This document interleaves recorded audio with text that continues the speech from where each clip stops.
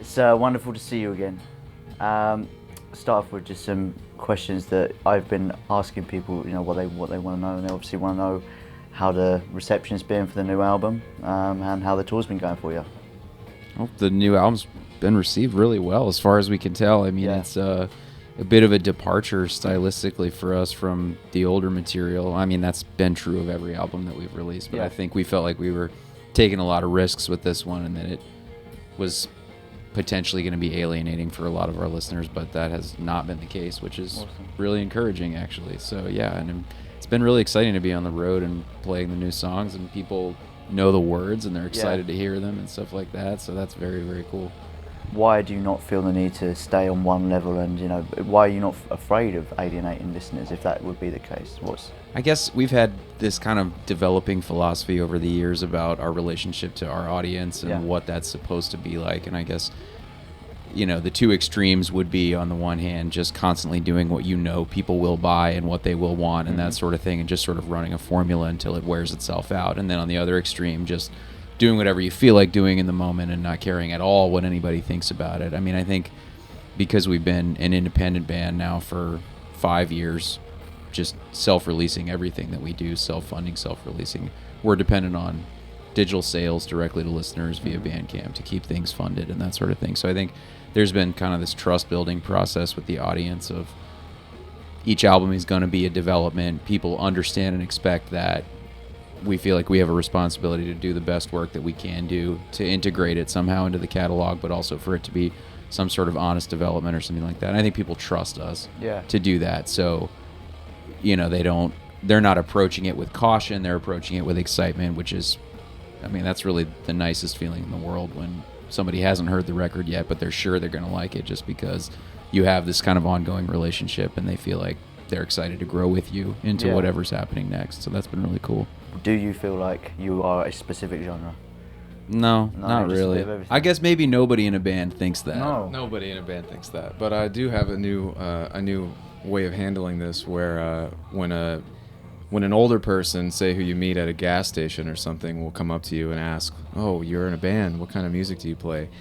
The trick is to get as specific as possible and name a bunch of out there genres that they may not be familiar with or have any idea exist, and that way it shuts down the conversation immediately.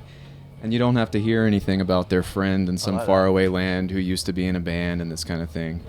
At the same time, we have people that come up to us after the show and ask us, like, how do you define your music? And I think for most people in bands, that is a pretty excruciating question. You can use these terms over and over again and say that your influences are this or that, but it's sort of it's subjective. You don't know. Like, people can form their own conclusions about that, so it's a little easier just to keep it loose, It's creative rock music. Creative rock. I like that. Okay, so you mentioned earlier that all your albums have been self-released, self-funded. Am I right in saying that this is the latest record is the first you've done with on Pelagic? Yeah. So the idea is that we coordinate and self-finance all of the logistics for recording, and and then after we sort of work all that stuff out, we try to find like-minded labels, usually on the smaller end of the spectrum. Actually, Pelagic's probably the largest that we've worked with thus far, I guess, and it's been a really easy relationship so far. We're really proud to have their stamp on the record, and obviously people can go online to Bandcamp or even streaming services and find the records, and that's cool, but knowing, in the back of your head, like, okay, maybe we didn't make it to Sweden on this tour, but, some kid in Stockholm can go to a record shop and find the new album, that feels pretty good.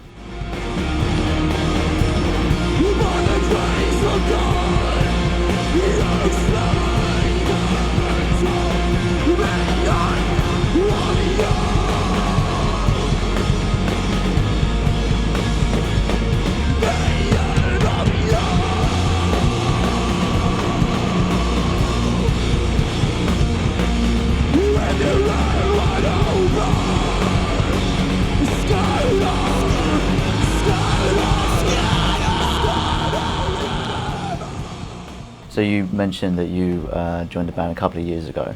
2013, we started writing together. Yeah. Okay, so what inspired the decision to go to add you in, and how did that affect the writing process moving forward? I mean, I'm not gonna lie, we were resistant to that at first because it's just sort of like we've been in this band, the same 4 people, no entrances or exits for 10 years. Yeah. Like, why do you want to mess with that? You know? Yeah. I think I in particular was sort of like, you want to add another guitar player to this band? Why do you want to do that? Like, if it ain't broke, don't fix it. Exactly. Yeah. You know, I wasn't excited about having to deal with another person playing the same instrument as me. I think Mike had similar feelings about like, oh, there's gonna be another vocalist in the band. How are we gonna negotiate that or whatever? But it was fine. Like it was actually fine. Seeing the results be what they are and being as proud as we are of those results is just enormously gratifying. Yeah. And then, you know, reflecting back on the decision to invite a 5th person in, it's just kind of like, well, No brainer. yeah, how could that have gone any other way?